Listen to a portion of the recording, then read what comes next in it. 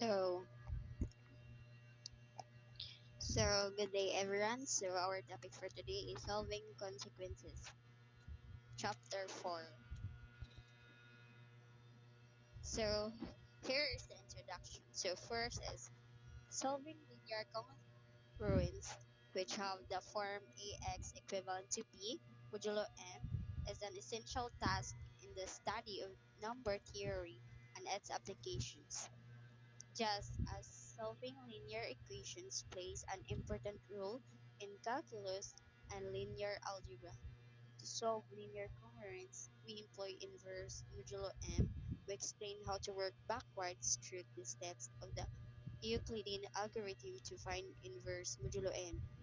Once we have found an inverse of A modulo M, we solve the congruence AX equivalent to B modulo M by multiplying both sides of the congruence by this inverse. Next is we will introduce a useful result of Fermat. So it's known as Fermat's little theorem, which states that if P is prime and P does not divide A, then AP negative 1 equivalent to N to 1. I mean, modulo P.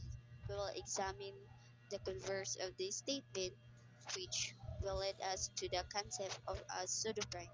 A pseudoprime n to the base a is a composite integer m that masquerades as a prime by satisfying the congruence em negative 1 equivalent to 1 modulo m.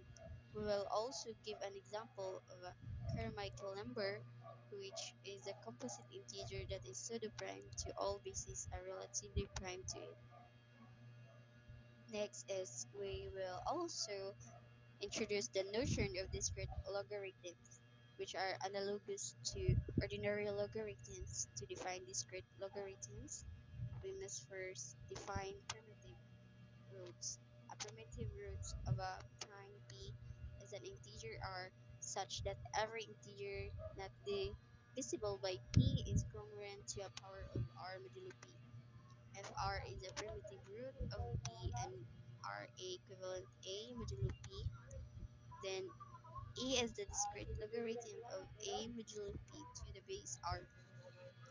Finding discrete logarithms turns out to be an extremely difficult problem in general because its difficulty of this problem is the basis for the security of many cryptographic. So linear congruence, a linear a linear congruence of the form Ax equivalent to B modulo M, where M is a positive integer, A and B are integers. So and X is a variable is called a linear congruence. So theorem 1, if A and M are relatively prime integers and M is less than to 1, then an inverse of a modulo M exists. Furthermore, this inverse is unique modulo M, that there is a unique positive integer less than M that is an inverse of A modulo M, and every other inverse of a modulo M is congruent to a modulo M.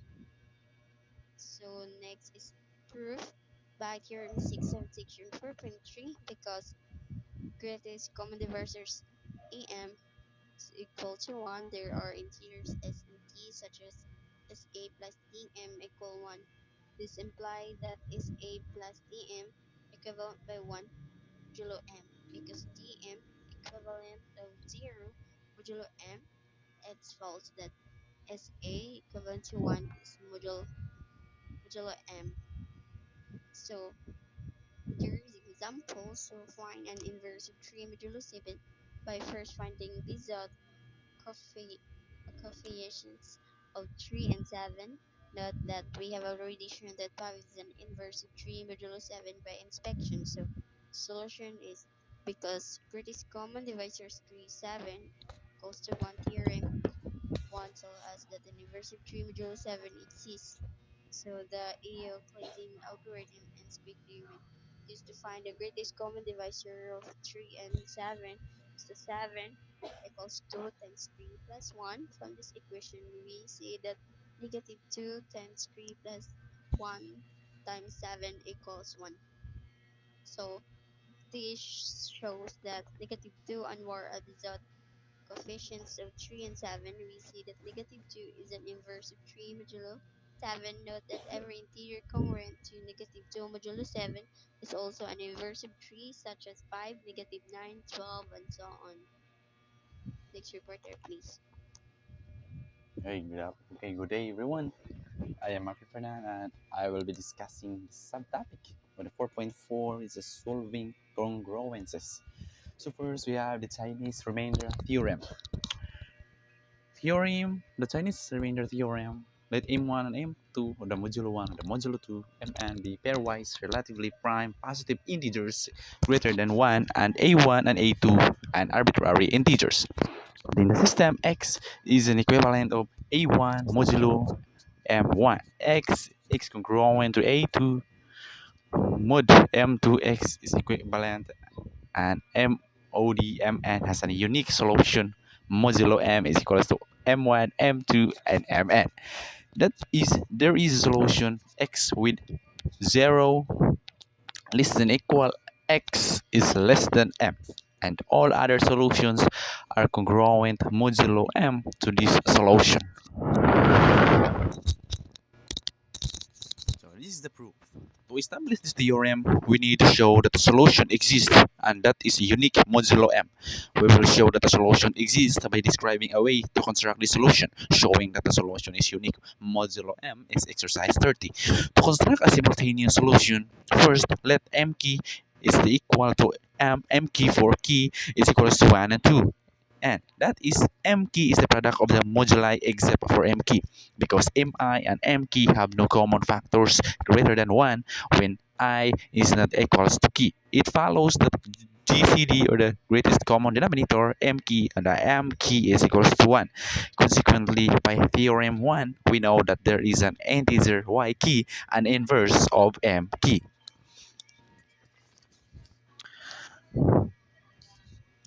So modulo m key such that m key y key is equivalent to 1 modulo m key.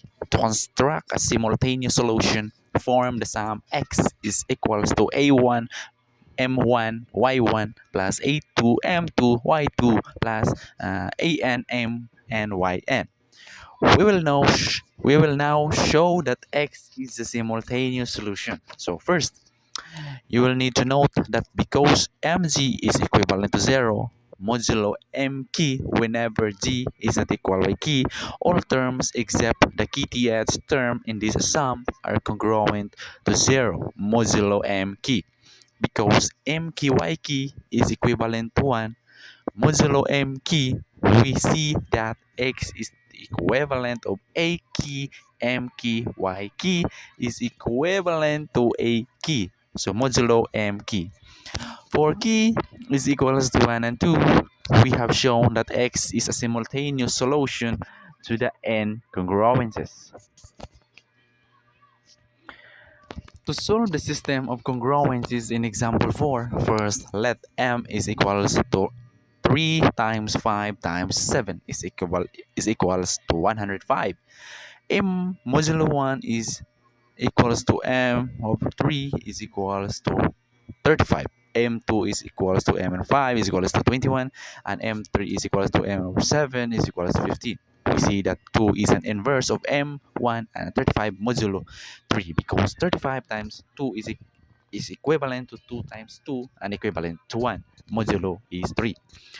1 is an inverse of modulo 2 is equal to 21 modulo 5, because 21 is equivalent to 1 modulo 5, and 1 is an inverse of m3 is equals to 15 modulo 7, because 15 is equivalent to 1, so modulo 7, the solutions to this system are those x such that x equivalent to a1 m1 y1 plus a2 m2 y2 plus a3 m3 y3 is equals to 2 times 35 times 2 plus 3 times 21 times 1 plus 2 times 15 times 1 equals to 233, or equivalent to 23.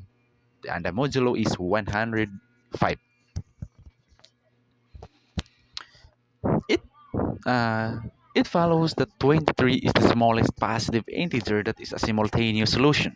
we conclude that 23 is the smallest positive integer that leaves a remainder of 2 when divided by 3, a remainder of 3 when divided by 5, and a remainder of 2 when divided by 7.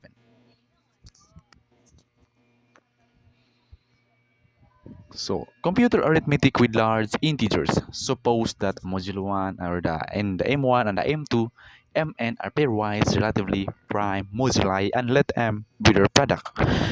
By the Chinese remainder theorem, we can show, see exercise number 28, that an integer a with 0 is less than equal a and less than m can be uniquely represented with an n tuple consisting of its remainders upon division by I is equals to 1 and 2. That is, we can uniquely represent a by a modulo m1 and a modulo m2 and a modulo mn. What are the pairs used to represent the non-negative integers less than 12 when they are represented by the ordered pair where the first component is the remainder of the integer upon division by 3 and the second component is the remainder of an integer upon division by 4? So here's the solution. We have the following representations obtained by finding the remainder of each. So this is the example of the integer when it is divided by 3 and by 4. So look at this table. This is the example. Okay, next.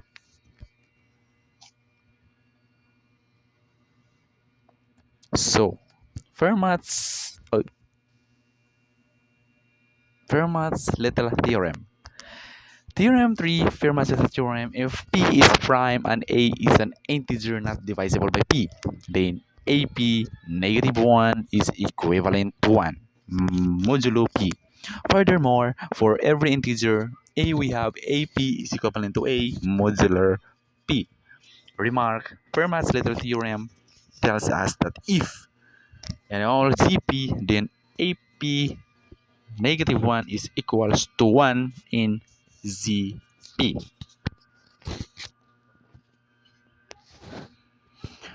Find 7,222 modulo 11. Solution. So there is a solution. We can use Fermat's little theorem to evaluate 7,222 and its modulo is 11. So rather than using the fast modular exponentiation algorithm, by the use of Fermat's little theorem, we know that 710 is equivalent to 1. Modulo is 11. So if we have a 710, so key is equivalent to 1 and the modulo is 11 for every positive integer key. To take advantage of this last congruence, we divide the exponent 222 by 10, finding that 222 is equals to 22 times 10 plus 2. So we now see that 7,222 is equals to 722 times 10 plus 2 is equals to 700.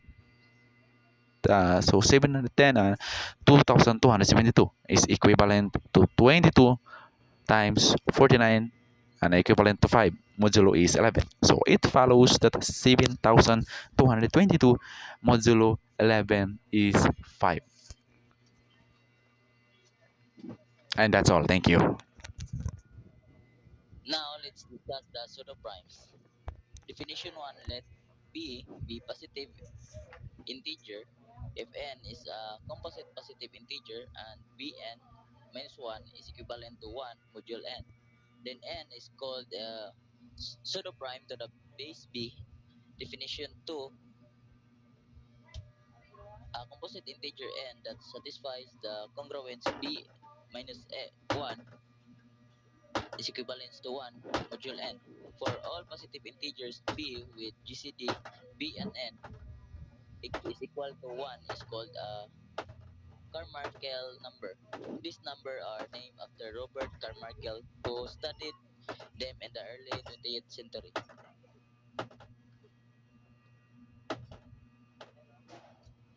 The integer 561 is a called oh, is a Carmichael number.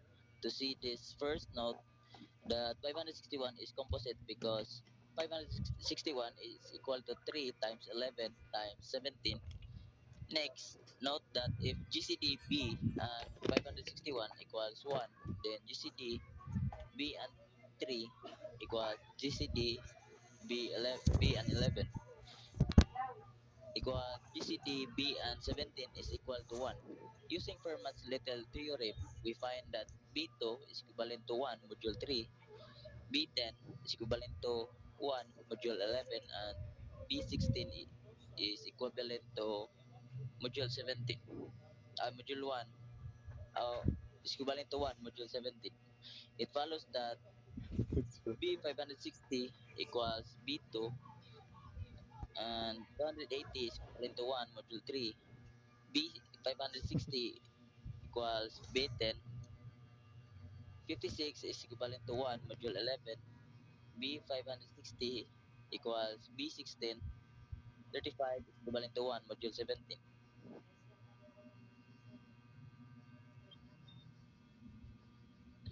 Now let's discuss the primitive roots and discrete logarithms.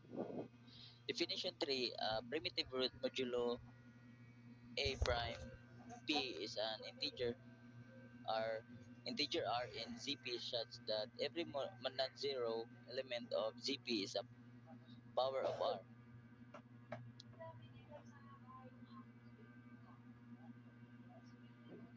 Determine whether 2 and 3 are primitive roots modulo 11. Solution.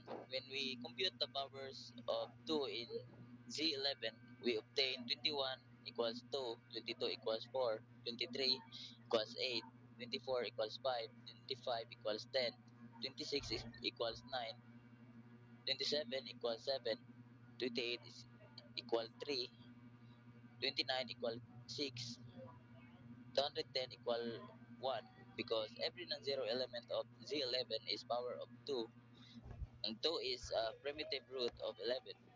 When we compute the powers of 3 modulo 11, we obtain 31 equals 3, 32 equals 9, 33 equals 5, 34 equals 4, and 35 equals 1.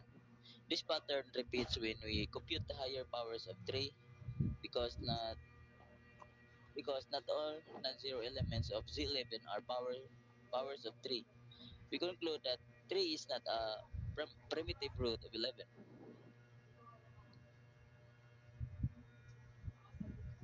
An important fact in number theory is that there is a primitive root modulo p for every prime p. We refer the reader to RO 10 for proof of this fact.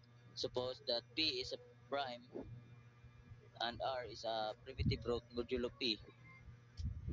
If a is an integer between 1 and p minus 1, that is a non-zero element of ZP. We know that there is an unique exponent E such that RE equals A in ZP. That is RE modulo P equals A. Suppose that P is a prime, R is a primitive root modulo P, and A is an integer between 1 and P minus 1 inclusive. If RE modulo P equals A and 0 is less than or equal E less than or equal P minus 1. We say that E is the discrete logarithm of a modulo P to the base R, and we write log R A equals E where the prime P is understood.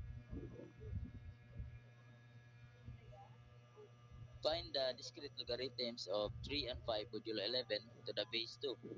Solution. We find computed the powers of 2 modulo 11 in example 12. We found that 28 equals 3 and 24 equal 5 in Z11. Hence, the discrete logarithms of 3 and 5 modulo 11 to the base 2 are 8 and 4. Respectively, These are the powers of 2 that equal 3 and 5, respectively in Zn. We write log 2, 3 equal 8, and log 2, 5 equal 4, where the module 11 is understood and not explicitly noted in the notation. And that's all. Thank you.